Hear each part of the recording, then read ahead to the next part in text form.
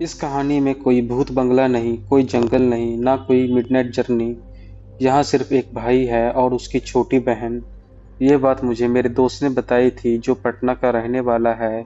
अब वो दिल्ली में काम करता है। उस दिन जब वो मुझे ये इंसिडेंट बता रहा था, उसकी आंखों में अलग ही डर था।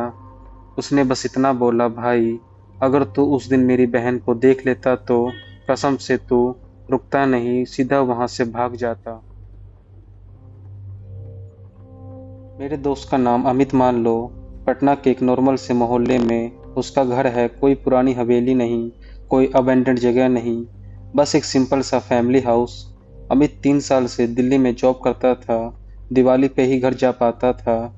इस साल भी दिवाली के 4 दिन पहले वो अपने घर बिहार पटना के लिए निकला। घर पहुंचते ही अमित को सब नॉर्मल लगा। माँ पापा, दिवाली के डेकोरेशन, लाइट्स।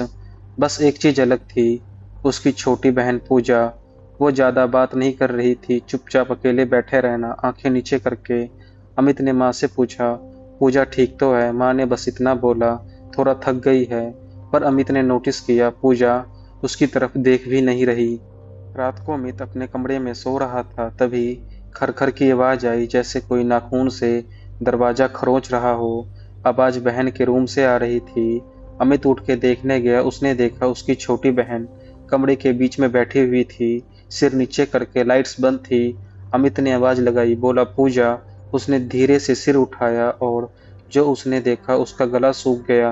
बहन की आंखें बिल्कुल सफेद थी और उसकी आवाज उसकी नहीं लग रही थी। उसने बस इतना बोला, तू इतने दिन बाद आया है। सुबह माँ ने सब सच बता दिया। 3 महीने पहले पूजा स्कूल से आई थी। उस दिन के बाद से वो रात को बोलने लगी। कभी कभी हंसती थी बिना वजह, कभी पुराने भोजपुरी में कुछ बोलती थी, जबकि उसे भोजपुरी आती ही नहीं। एक रात उसने बोला था, इस घर में पहले भी कोई रहता था। फैमिली ने डॉक्टर को दिखाया, रिपोर्ट्स नॉर्मल आई। फिर उसकी माँ ने पंडित को बुलाया। पंडित जी ने एक ही बात बोली, इस लड़की पे कब्जा है। अमित ने खुद देखा, उसकी बहन का शरीर उल्टा मुड़ने लगा, जैसे हड्डियां गलत जगह से खिसक रही हो।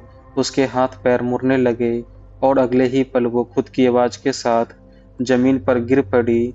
गला फटने जैसी चीख निकली, आधी औरत की आधी मर्द की, जैसे दो लोग एक ही शरीर के अंदर हों। उसकी आंखें सफेद हो चुकी थी और वो बिना होठ हिलाए एक ही बात घिस घिस के बोल रही थी, इस घर में हम दिवाली पे वापस आते हैं। ये सुनने के बाद पंडित का चेहरा पीला पड़ गया। उसने कांपती हुई आवाज में बोला, ये जिन है और ये इस घर को कभी छोड़ के नहीं जाएगा। दिवाली की रात पूजा को रूम में बंद रखा गया, बाहर दरवाजे पे लॉक। लेकिन रात के 12 बजे अंदर से हंसने की आवाज आई, फिर एक जोर की चीख। जब दरवाजा तोड़ा गया तो पूजा जमीन पर पड़ी थी, सांस चल रही थी पर आंखें खुली हुई, और उसके मुंह से लास्ट लाइन निकली, मेरा घर खाली करो। हॉस्पिटल ले जाने से पहले ही पूजा की मौत हो गई। डॉक्टर ने रीजन दिया, कार्डियस फेलियर। पुलिस केस बना, कोई प्रूफ नहीं। अमित वापस दिल्ली आ गया, लेकिन उसने मुझे एक बात बोली, भाई, वो चीज मेरी बहन के साथ नहीं मरी।